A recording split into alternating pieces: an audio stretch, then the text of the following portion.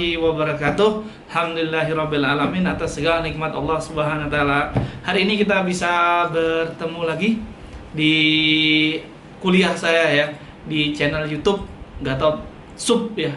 Nanti teman-teman wajib menuliskan komen dan juga like and subscribe gitu ya di akun saya gitu ya. Nanti dan juga memberikan nama dan juga NIM-nya.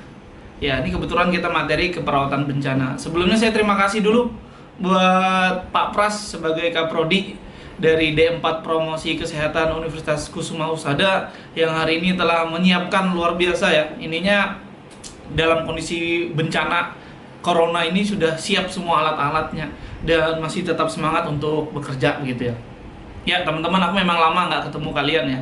Saya harap kalian juga sehat selalu di sana gitu ya. Dan juga saya harap kalian masih pasti kangen gitu ya lihat wajah saya gitu ya. Karena kita lama nggak bertatap ya. Karena S16 ini merupakan tahun terakhir di sini sebagai mahasiswa sarjana keperawatan. Dan kondisinya memang terjadi kondisi bencana. Jadi teman-teman wajib sehat dan juga wajib menjaga jarak gitu ya. Yang bagi yang sudah tidak yang sudah jenuh gitu ya, sudah jenuh tentang kondisi ini, kita sambil belajar biar kejenuhannya itu hilang gitu ya. Ya teman-teman, nanti kita akan dikit jelaskan tentang keperawatan bencana itu seperti apa. Oke, gitu teman-teman. Nanti kita lihat slide-nya ya. Slide-nya yang saya sudah pilihkan, yang sudah biasa saya bawakan juga kepada mahasiswa begitu ya. Ingat, ini materinya 2 SKS ya. 2 SKS, 1 teori, 1 praktikum. Jadi teman-teman nanti ada 30 soal yang sudah saya siapkan nanti dengan Pak Tri Basarnas dan juga Bu Ika.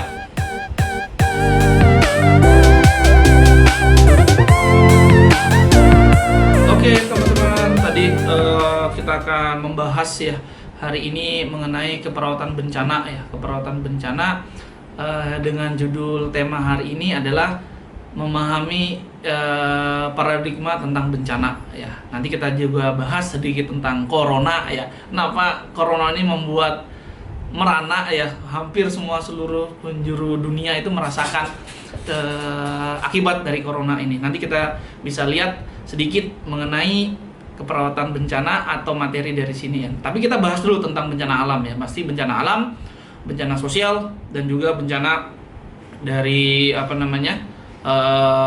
biologi ya. Misalkan ada gangguan dari biologi seperti virus dan lain-lainnya. Oke teman-teman gitu ya. Jangan lupa ya, teman-teman wajib tulis komen ya kalau ada pertanyaan di akun YouTube saya ya. Dan wajib juga subscribe ya. Kalau tidak subscribe maka nilai akan melayang. Nggak, bercanda. Oke teman-teman, saya slide yang ketiga ini ya. Karena yang pertama tadi kita baru pembukaan ya. Saya memang pembukaan gitu. Saya selalu tulis Gatot MSc. Kenapa? Kadang mahasiswa tuh nggak ngerti gitu loh. Pak, ini MSG atau MSc sih Pak? Ingat ya, saya bukan dosen micin ya. Saya di sini adalah dosen MSc gitu ya. Oke, sedikit sombong gitu. Oke, teman-teman, di situ ada tertulis, di situ ada bencana yang tertulis erupsi, banjir, gunung api, tsunami, bom, kelaparan, dan juga climate change ya. Climate change itu kayak puting beliung gitu ya. Puting beliung itu angin puting beliung ya, angin puting beliung gitu ya. Bayangkan putingnya saja bisa bikin rusak gitu ya, apalagi beliungnya itu. Itu parahnya tuh kayak gimana ya. Dari kelima ini teman-teman bisa pilih yang mana bencana itu, termasuk bencana itu yang mana tadi dari pilihan tadi. Oke, ada pertanyaan? Pastinya tidak ada. Halo, ada pertanyaan? Nggak ada pasti. Udah, saya akan jelasin aja deh. Weh, selalu menang weh, konang kono ya, yang penting kuotamu ada aja gitu ya. Oke, kita akan jelaskan dulu ya. Dari kelima tadi, kalau tidak ada korban jiwanya. Kalau contohnya tsunami gitu. Pak, tsunami bukan bencana Pak? Iya, bencana. Tapi kalau tsunami itu berada di lokasi lautan gitu ya. Maksudnya pulau yang tidak berpenghuni gitu ya. Cuma ngerusak ngerusak pulaunya gitu ya. Tidak ada kerusakan secara material dan lain-lainnya, maka tidak bisa disebut bencana secara keseluruhan gitu ya. ya seperti gunung api gitu ya. Kalau gunung apinya gunung bawah laut gitu ya, meledak gitu ya, meledak meletus gitu ya. Terus so what kalau di bawah lautan gitu, nggak ada korban jiwa dan lain-lainnya, hanya fenomena alam saja. Jadi tidak bisa sama kayak bom. Terus yang real itu adalah bencana, itu adalah kelaparan, teman-teman. Karena kelaparan itu bisa kita lihat ya di Ethiopia ya, kelaparan itu bisa menghancurkan dari segi ekonomi, fisik seseorang. Ethiopia kita lihat dia perang saudara itu ya, terus ada blokade makanan sehingga rakyatnya kelaparan, sehingga merusak dari tatanan kehidupan mereka gitu ya. Ini real bencana, semua aspek kena kerusakan. Orang makan nggak bisa makan gitu ya, lapar gitu ya, terus dia harus bangun apa gitu ya, dia kerja bagaimana, maka rusak dari ekonominya gitu ya. Kalau banjir, kalau banjir cuma banjirnya di sungai gitu ya, tidak, maksudnya di daerah yang tidak ada pemukimannya, tidak ada kerugian, maka tidak bisa disebut bencana gitu ya. Jadi teman-teman, dan juga saya ingin, Pak, mungkin ada pertanyaan, Pak, kenapa skripsi itu tidak masuk dalam bencana gitu ya? Ya, skripsi itu tidak akan disebut bencana kalau teman-teman itu bisa melakukannya, mengetiknya. Ingat rumus skripsi ya, karena ini angkatan 2016 ya. Ketik-ketik, apalagi? Ketik-ketik, konsul-konsul, revisi, ACC, wisuda. Ya. Makanya skripsi saya tidak masukkan dalam bencana alam di situ ya. Kalau saya masukin situ ya repot gitu ya. Kalau skripsi itu menjadi bencana, maka itu teman-teman pasti ada korban jiwanya. Tapi saya harap teman-teman masuk bareng, keluar bareng gitu ya. Oke gitu ya teman-teman. Slide selanjutnya itu ya. Ini adalah orang bilang tuh ini slide saya ambilkan dari Wadem ya. Itu salah satu institusi khusus untuk bencana ya. Ya. Ada namanya anatomi fisiologinya bencana, itu terdiri dari hazard gitu ya. Bahasa Inggris saya agak ke arah British ya, jadi agak kurang jelas gitu. Jadi hazard gitu ya. Hazard gitu ya. Oke, hazard itu adalah apapun yang mengakibatkan dari bahaya ya. Apapun itu. Bisa natural, human made, dan campuran. Contohnya teman-teman ya. Contohnya Chernobyl tahun 92 dari Ukraina. Chernobyl itu nama kota ya. Nama kota di mana terjadi bencana nuklir, bocornya reaktor nuklir yang ketiga kalau tidak salah, sehingga menyebabkan seluruh kota itu terradiasi ya. Sehingga kita bisa lihat banyak orang meninggal di sana. Kalau kita bayangkan, Pak, kenapa Hiroshima dan Nagasaki bisa ditinggalin, Pak? Kok dari Chernobyl nggak bisa ditinggalin lagi, Pak? Karena Hiroshima dan Nagasaki itu ya, itu dibomnya di atas, pecahnya dari atas sampai ke bawah, sehingga radiasinya sudah. Tapi kalau dari reaktor nuklir itu tembus sampai lapisan dari tanahnya, udaranya, airnya, semua tercemar dan waktunya lama sekali gitu ya. Nanti teman-teman bisa cek ya, Chernobyl tahun 92 Ukraina.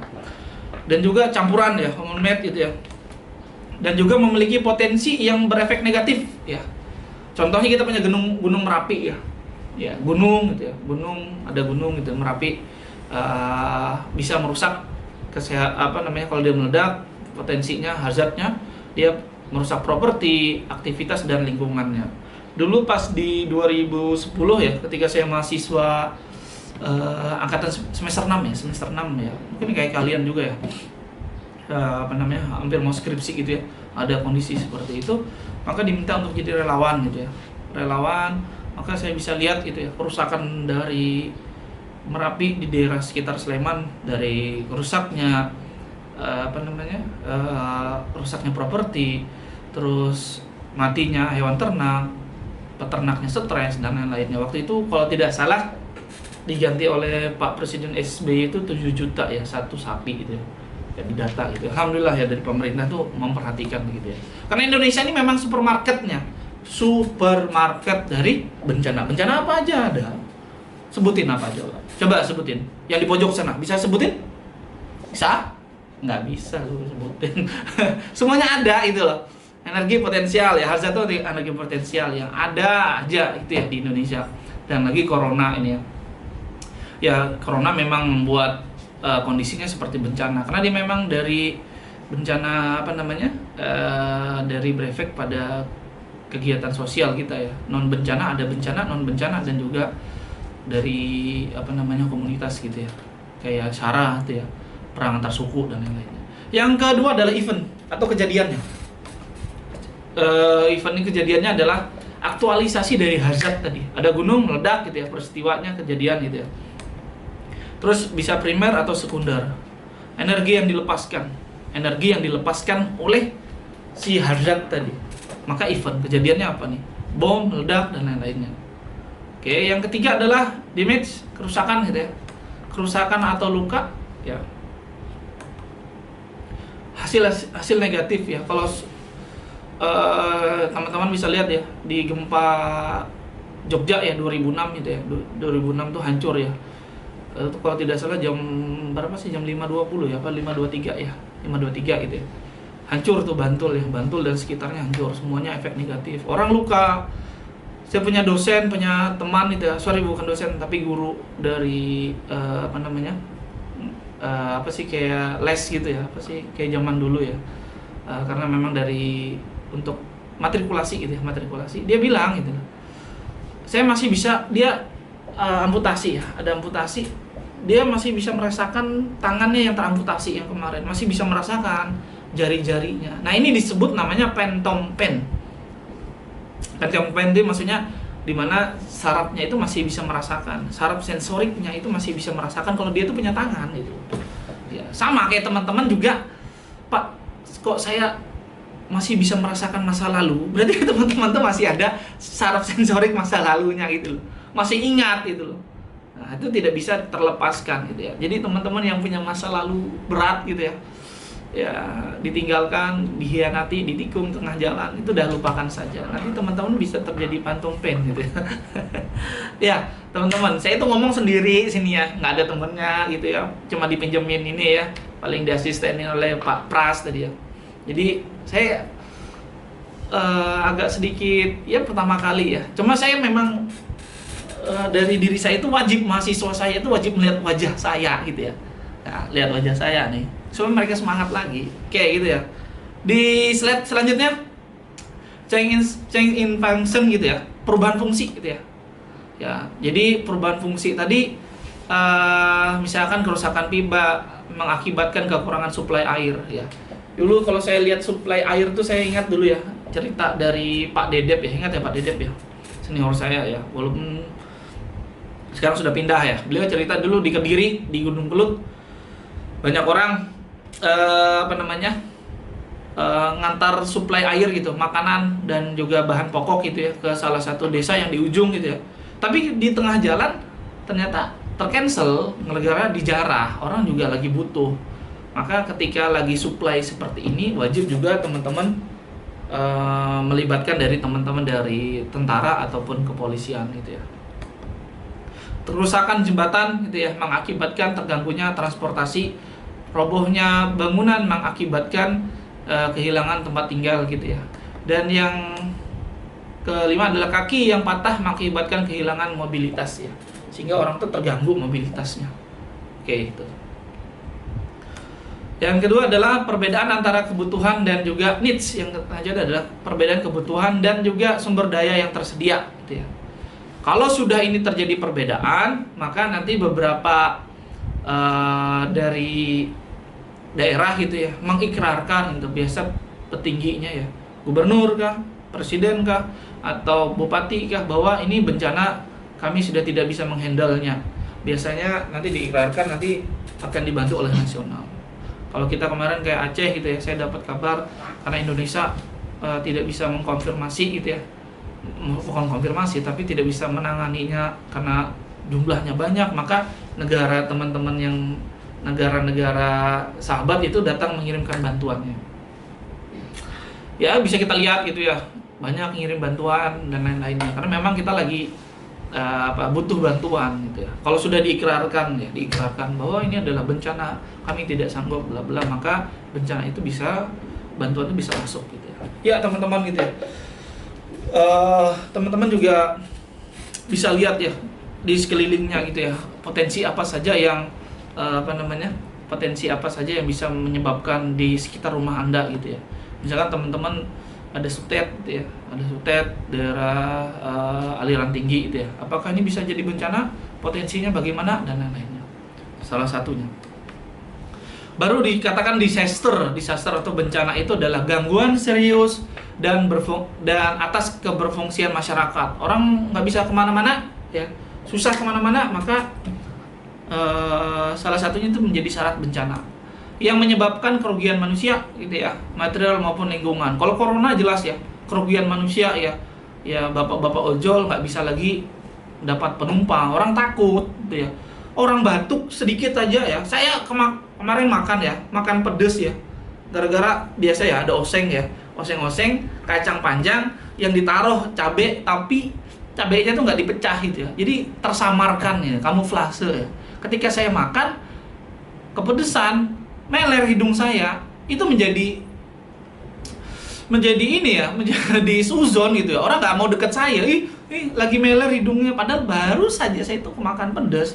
Jadi kita di corona ini, dalam kondisi corona ini kayak sudah kayak sudah suzon gitu ya. Ada batuk sedikit langsung suzon ya. Tapi alhamdulillah gitu ya, ada hikmahnya gitu ya. Hikmahnya saya senang gitu ya. Bagi teman-teman yang memang tidak ingin bersentuhan dengan lawan jenisnya, maka inilah momentum yang paling tepat gitu ya untuk tidak bersentuhan dengan non mahramnya gitu ya. Itu ya, ini sekaligus ceramah sih buat saya pribadi gitu ya. Jadi teman-teman gak usah lagi deh salaman deh sama saya ya. Saya juga agak parno gitu dengan mahasiswa gitu ya dalam kondisi seperti ini. Dan kedua, ada yang melebihi dari kapasitas masyarakat tersebut untuk mengatasinya dengan kemampuan sumber dayanya sendiri. Jadi terbatas gitu ya, terbatas dari sumber dayanya. Maka ini menjadi syarat 3 ya, 3 syarat yang wajib dilakukan, wajib dikatakan bencana gitu ya. Dan juga ada resiko, kemungkinan, kapasitasnya bagaimana, ketahanan kapasitasnya bagaimana. Oke. Dan ini bisa kita lihat di sini ya, saya klik ya. Di sini ada, saya lingkarin di situ ya.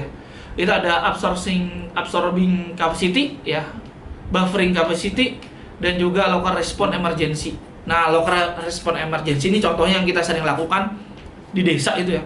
Bisa nggak sih orang desa itu RJP dengan RJP awam? Nah, itu salah satu local response gitu ya. Buffering capacity, bisa nggak ketahanannya kalau mereka ada kondisi darurat, mereka tuh punya ketahanan apa? Pangan kah? Atau yang lain kah? Gitu ya. Ada pertanyaan? Saya kira tidak ada. Halo? Ada pertanyaan?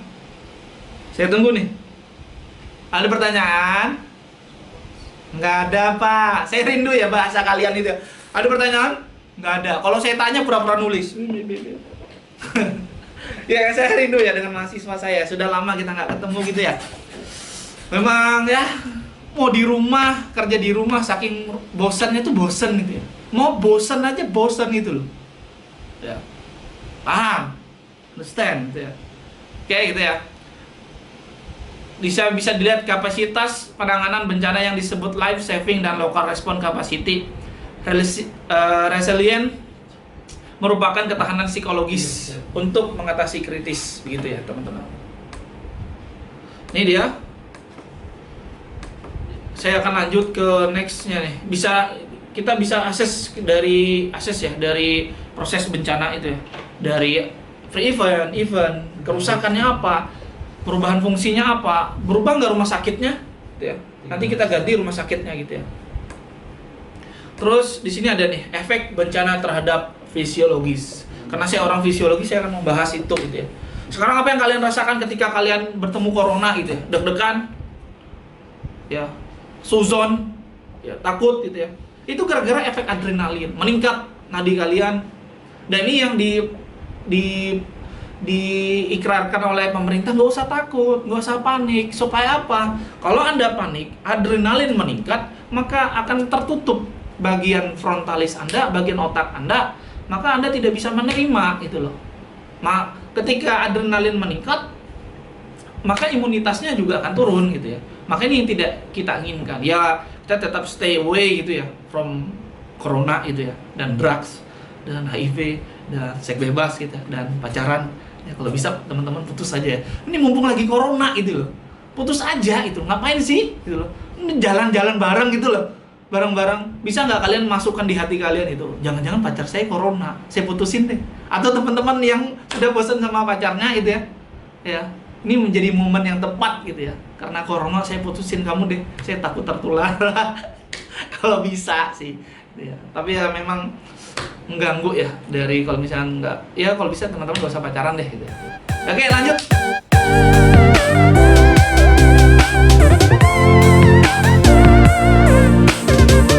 Yang kedua, teman-teman bisa lihat di situ ya. Teman-teman bisa lihat di situ ada hormon prolaktin ya.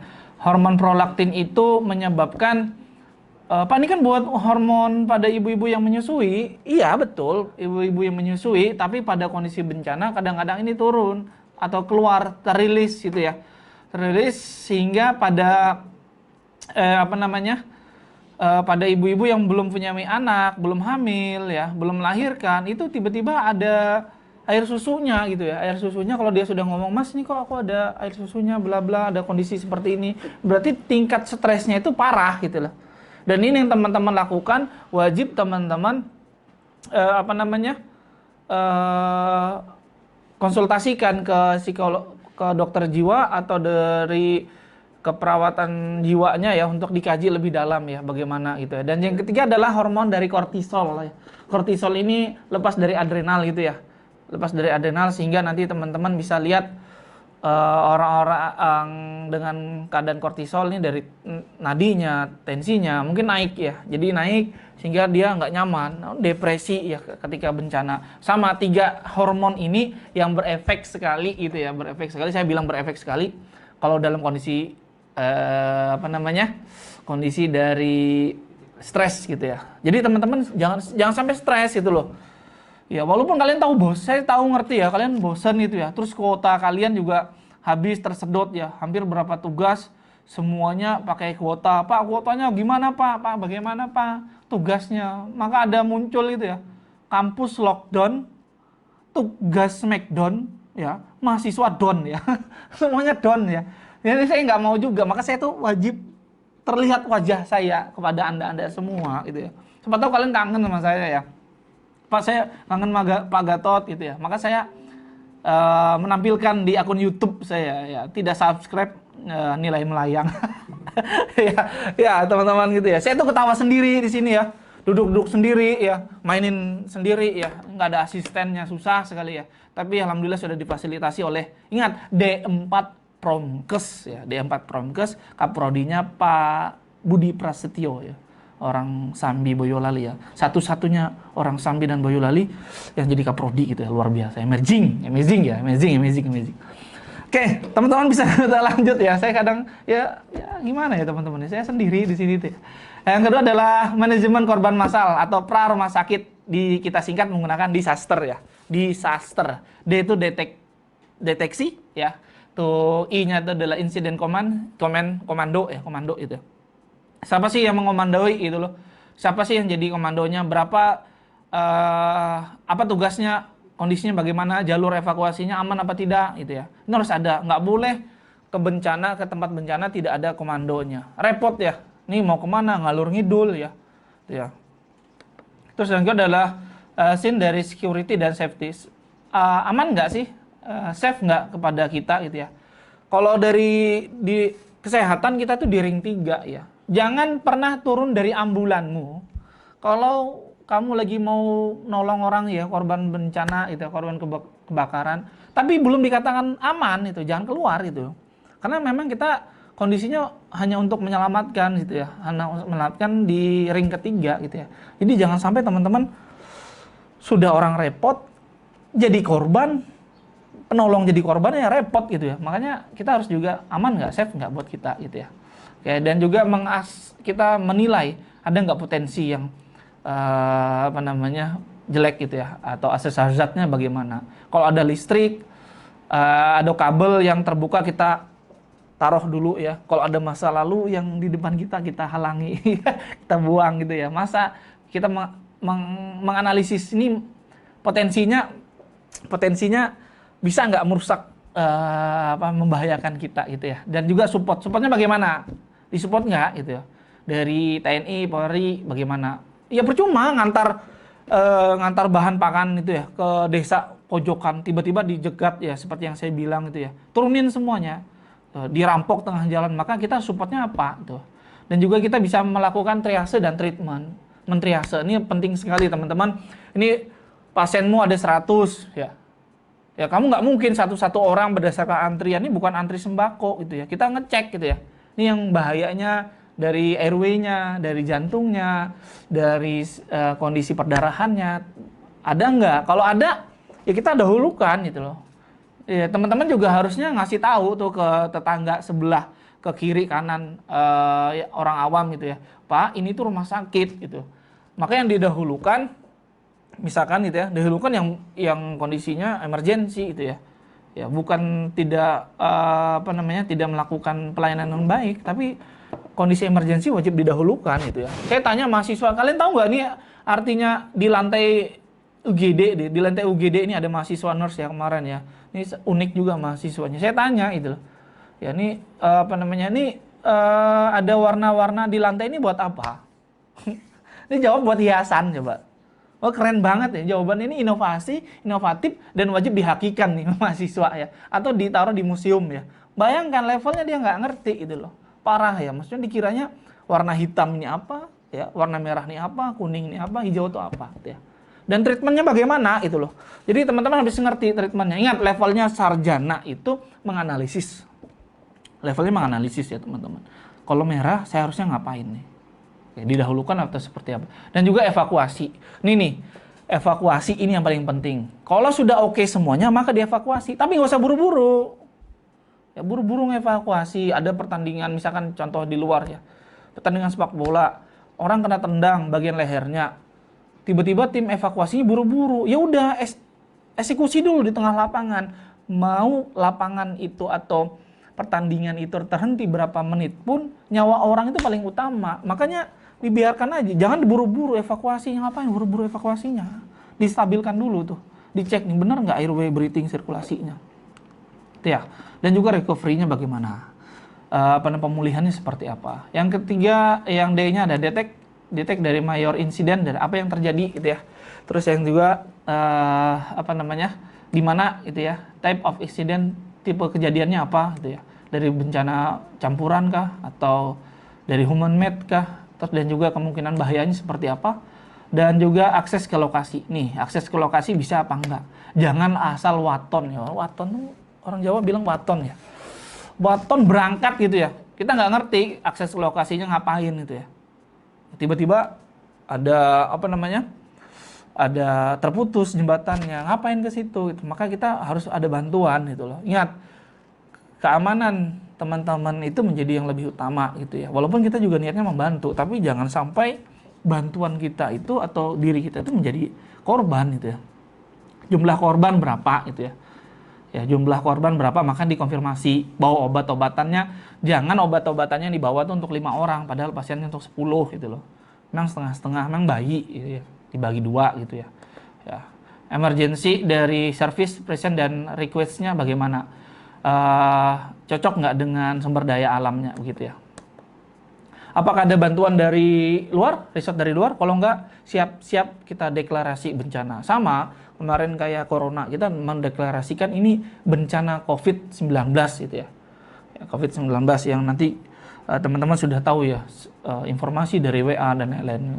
Tolong disaring ya, jangan sampai teman-teman itu membuat panik ya, membuat diri panik, nanti sistem imunnya turun dan lain-lainnya. Ini contohnya, ada kucing ya, ada kucing di depan ini ya. Di depannya insiden komen itu bukan badannya besar atau gimana, tapi kemampuannya untuk memimpin itu bagaimana ya. Lapor kepada komandan koordinator ya, atau jadilah komandan atau koordinator, diaktifkan insiden dari command sistemnya. Oke. Ini ada security dan safety, bombs, atau nih, saya contohnya nih. Ingat ya teman-teman, hanya di negara plus 62 ya, ada bom pertama kali itu langsung datang gitu ya. Ikut, selfie, langsung bikin status, astagfirullah, ada bom. Alhamdulillah, saya selamat ada bom. Jangan. Kalau ada bom pertama, biasanya itu adalah pancingan. Nanti teman-teman bisa lihat bom kedua nih. Bom ini adalah bom yang besar gitu ya. Biasa ada snipernya di situ ya. Ada apa namanya? Penembak jitu-nya yang ingin nembak orang yang datang ke situ. Maka wajib diamankan dulu, nggak boleh nih. Ya. Nggak boleh teman-teman datang selfie ke situ ya. Kalau di Indonesia di Sarinah kemarin sampai ada yang jualan sepatu, jualan ketoprak ya, semuanya lengkap gitu ya. Padahal ini membahayakan gitu loh, membahayakan. Kalau nggak mati ya cacat, misalkan terjadi kecacatan, hilang bagian tubuh ya. Ini dia akses hazard, bagaimana, adakah kebakaran biologikalnya, bagaimana radiasi ada enggak ya, nuklir. Kemarin teman-teman bisa lihat ya di Jakarta ya, tiba-tiba ada orang yang nyuri ya benda radiasi ya, satu rumah, satu kebun tuh radiasinya tinggi sekali gitu ya. Pak, kalau radiasi kenapa sih? Iya, kalau kena radiasi maka selmu membelah tanpa terbatas gitu ya, tanpa ada yang membatasi, maka bisa terjadi kanker, kematian, anemia, leukemia dan lain-lainnya. Terus building collapse ya, dan kebutuhannya bagaimana, dan support panggilan bantuan tim medis, terus manajemen relawannya, terus juga manajemen logistik ya. Kalau di bencana kemarin 2010 itu, kalau dalam bencana nggak ada tuh namanya orang ngasih supply makanan ya, tiba-tiba langsung di share gitu, enggak. Maka ada namanya manajemen logistik, di mana kayak bikin dapur besar gitu ya. Nanti orang per tenda, ketuanya akan ngambil, Pak saya butuh mie, saya butuh ini, nanti dicatat. Ya butuhnya seperti apa, saya butuh susu Pak buat anak saya dan lain-lainnya. Nggak boleh langsung dibagikan, itu nggak boleh. Harus dikoordinasikan dulu, biar nanti terstruktur dan juga terbagikan dengan rata gitu ya. Oke, dan juga manajemen keuangannya bagaimana? Ini cukup nggak untuk keuangannya? Jangan teman-teman berangkat di sana ya, ke bencana ya, ditemukan 3 mahasiswa UKH terlantung-lantung di kondisi bencana, ingin pulang, nggak punya duit balik. Itu kan repot juga gitu loh, merepotkan orang gitu loh. Jadi teman-teman tuh nggak usah gitu loh. Lihat, cek, nggak usah yang langsung waton ke sana, lihat manajemen keuangannya. Bagus nggak? Kalau ada duitnya sana ya berangkat. Ingat 2 minggu ya maksimal teman-teman di bencana itu. Nggak boleh lebih dari 2 minggu. Lebih dari 2 minggu nanti teman-teman wajib balik dulu. Karena gangguan psikologisnya berat sekali. Kita bisa lihat anak yang kehilangan bapaknya atau bapak kehilangan anaknya. Trauma orang tuh. Lihat darah di mana-mana. Lihat kondisi organ yang pecah, organ yang berdarah, sehingga trauma itu menyebabkan teman-teman juga butuh waktu untuk manajemen diri psikologisnya gitu ya, dan juga manajemen lokasinya bagaimana. Ini contoh ya teman-teman ya. Saya kalau lihat, kalau ada ambulan ya di dalam stadion sepak bola gitu ya, moncong ambulan itu menghadap ke lapangan, itu sebenarnya nggak bagus, nggak boleh. Harusnya moncong itu menghadap ke bagian mana? Bagian luar gitu loh. Jadi kita siap-siap gitu loh. Jadi yang ngambil tuh tim evakuasi. Tim evakuasi itu yang ngambil tuh. Nanti masukin ke ambulan gitu ya. Ya. Terus disaster dan triase gitu ya. Nanti ada ini aorta treatment dan lain-lainnya, airway management, oksigen dan ventilasi ya. Nanti teman-teman bisa treatment, ada nggak perdarahan yang terbuka gitu ya. Ingat di dep itu atau di bidai itu ya, dibalut. Kalau masih ngerembes dari balutannya, jangan dibuka balutan yang lama gitu ya. Tambahin lagi gitu ya. Tapi nanti tetap ngecek apakah pembuluh darahnya, jangan sampai pembuluh darahnya juga ikut pembuluh darah yang baik gitu ya. Untuk suplai nutrisinya juga terhambat gitu ya. Ini dia contohnya kalau di sini rumah sakit lapangan ya, ada merah, ada kuning, ada hijau gitu ya. Evakuasi yang kedua tujuannya nih ya, ada beberapa rumah sakit nih jalurnya kemana gitu ya. Maka di COVID-19 ini evakuasinya kemana, hospitalnya yang mana ditunjuk gitu ya. Kalau di Solo Dr. Muardi, RSUD Kota. Jadi itu rumah sakitnya. Kalau ada orang kena COVID-19, kan orang akan merujuk ke situ. Jadi jangan sembarangan gitu loh. Ketika ada kondisi bencana waktu 2010 di Merapi ya, ada kondisi darurat, tiba-tiba relawan tuh nggak ngerti jalurnya mana itu loh. Malah diantar ke puskesmas. Di puskesmas mau kasih apa? Vaksin. Ya lucu gitu loh. Makanya teman-teman harus tahu jalur evakuasinya apa. Sarananya bagaimana, mobilnya caranya bagaimana ya. Oke, prioritas saya mau langsung ke ini. Dari ini sih nanti teman-teman bisa cek ya, karena memang sudah dari semester 7 ya, itu 8 ya. 8 ya teman-teman ya. Ya, ini ada jenis evakuasi horizontal dan juga ini ada tight hand crawl-nya yang selalu saya kasih tahu, praktekkan kepada mahasiswa karena kita lagi corona nggak bisa praktek ya. Saya sendiri ya di sini ya. Nggak ada, masa saya praktek sendiri gitu ya, untuk praktek evakuasinya. Nanti teman-teman bisa lihat di sini ada beberapa evakuasi contoh barengan gitu ya. Dan juga di sini saya mau jelaskan ini nih. Ya ini dia. Ini terakhir dari slide saya ya teman-teman ya. Saya selalu ya Glasgow Coma Scale ini teman-teman bisa menganalisis secara dasar gitu ya. Secara dasar bagaimana menganalisisnya gitu ya. Pertama teman-teman bisa lihat, Pak ditepuk ya, Pak buka matanya. Oh matanya nggak terbuka gitu loh, matanya nggak terbuka, berarti ada gangguan apa nih? Pusat penglihatan di mana? Di occipitalis gitu ya. Terus verbal misalkan di temporalis, berarti dia ada gangguan di temporalis. Motorik di prefrontal dan juga dari frontalisnya. Nih 3 item ini kalau teman-teman mengkaji, sebenarnya teman-teman bisa melihat, oh kalau ada gangguan di mata, berarti kemungkinan di bagian occipitalisnya ada gangguan seperti itu. Ya teman-teman gitu ya, dari kuliah saya gitu ya, saya harapnya teman-teman juga bisa rileks ya, santai mendengarkan suara saya. Kita lama nggak ketemu ya, lama banget ya, ini hampir berapa bulan sih kita udah nggak, dari kalian PKK gitu ya, PKK nggak ketemu gitu ya. Ada COVID-19 ini saya harapkan juga mahasiswa di rumah saja gitu ya, sambil belajar. Memang kondisinya seperti ini, insya Allah teman-teman juga akan lebih dewasa gitu ya, lebih matang, dan juga jangan lupa ya untuk nulis skripsinya ya.